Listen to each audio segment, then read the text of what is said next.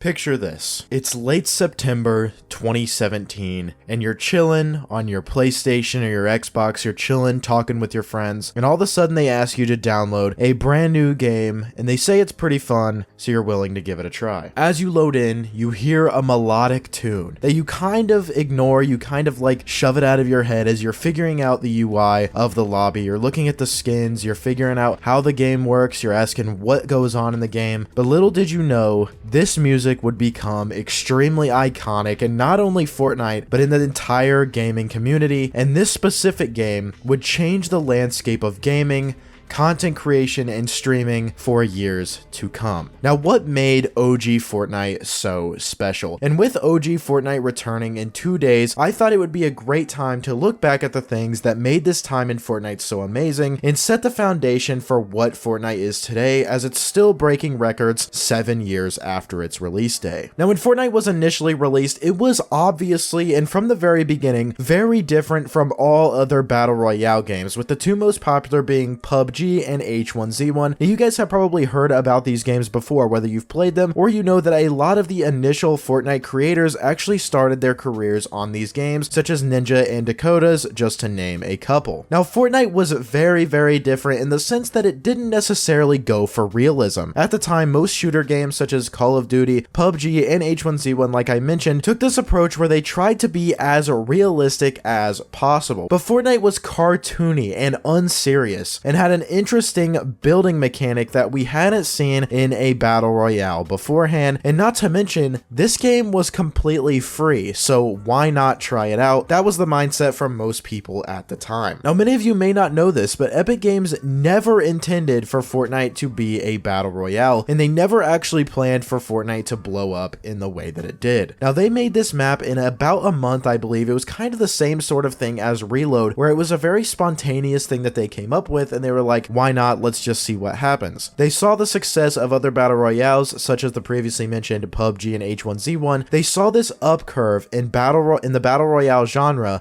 and knew that there was a hole to fill. There wasn't very much competition, and they knew that they could make something special. They could make something completely different from the rest of the competition, and that's exactly what they did. So they said, hey, let's give it a shot and just see what happens. Now, to me, that simple fact sums up exactly why OG Fortnite was so special to so many people and why it changed gaming the way that it did. Now, first off, the map was just simple, and that is the best way to put it. Now, at first, and you guys are going to see this in 2 days when we go back to the permanent OG mode, it was very, very bare, and there was a lot of open space. The whole map was the same color, there weren't any different biomes, there was no different colored grass. That actually wasn't introduced until a few months later when we got just like a different colored grass on one side of the map, but that's how it was for Season 1. It was a very, very bright green color, not many different variations of trees, and that's just kind of how it was. Most of the houses in Fortnite Season 1 were the same across the POIs. You would find many houses that look exactly the same across, Pleasant Park,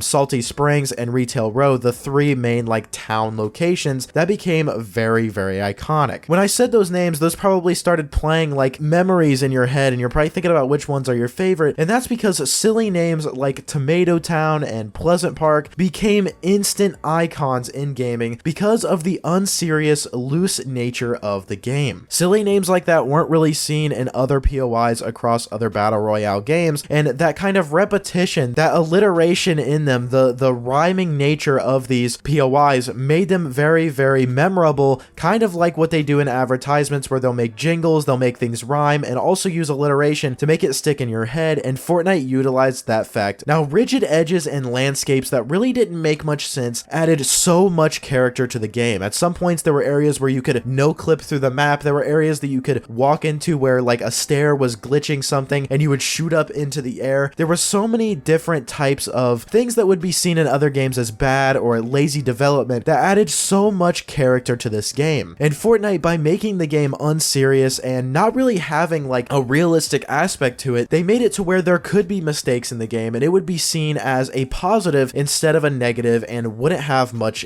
fire on them from that. Now, moving on, the graphics were unique, and like I've said before, they strayed away from realism. But not only that, they went the completely opposite direction and as far away as they possibly could from realism, with the bright, almost at some points too saturated colors becoming a style that no other game had at the moment. Obviously, we know Minecraft was kind of an unserious game with its like blocky nature, but at this time, you guys, Minecraft was on a crazy downward spiral in 2017. I remember it kind of, the script kind of flipped with Fortnite and Minecraft within about 2 years. In 2017, if you played Minecraft, you were going to get made fun of. But in 2019, if you played Fortnite instead of Minecraft, you were going to get made fun of. But at this time when Fortnite was released, the biggest game that had been dominating the market for years was finally on a downward curve. Now, something in particular that people loved and have asked for a lot to return in the OG mode is fog. And now you might be thinking, for people who didn't play back then, why would you want fog in the game? Any other time they've put fog in the game during Winterfest or during certain events, it's been super annoying. So why in the world would we want fog back in Chapter 1, Season 1? Now, Chapter 1 had this very hazy look that made it super unique that not many people noticed until Fortnite started progressing and it slowly got removed. It was something that you could see it very specifically when light would shine through it. And it was just this environment that felt cozy and like almost like safe in a shooter game, which is very, very weird. It was peaceful, and it was weird because the entire game is about killing other players. So how exactly did they make this so peaceful? To me, I almost feel like it was completely on accident. Hey guys, I just wanted to pop in real quick to let you know that I am doing a giant V-Bucks giveaway when the channel hits 10,000 subscribers. At the time that I'm recording this, I'm about 850 away. So guys, go down below, subscribe to the channel as quickly as you can so that I can give away these V-Bucks to you guys before Christmas. Once I hit 10,000 subscribers, I'll talk about it in the video after that, and you guys will know how to enter into it. But make sure you guys subscribe so that I can get this V-Bucks to you guys before Christmas. Also, drop a like on today's video if you are enjoying it so far. And as always, use code Prozeroyt in the Fortnite item shop. I feel like one aspect of Fortnite's initial release that is very, very overshadowed regarding this topic is the timing that Fortnite Battle Royale was released. Fortnite couldn't have been released at a better time, and I cannot emphasize that enough. If Fortnite was released at this moment right now where another game is super duper popular, it would not nearly have the success as it did. The Battle Royale genre was on an upswing. There wasn't a set popular game above the rest at all. Like, there was nothing. Gaming was relatively dead at this point. Call of Duty was going down. Minecraft was falling very, very rapidly. And Fortnite hit the jackpot by assessing these trends in gaming, taking a risk, implementing an entirely new mechanic to an already popular and up-and-coming genre in gaming that no one had ever seen before with building, and I think that above all should be attributed to why this game has its success in the beginning and why it is still so successful. Let me know what you guys think about what made OG Fortnite so special down below in the comments. What are you guys most excited to see return in the OG mode? Let me know. Subscribe to the channel, use code Prozeroyt,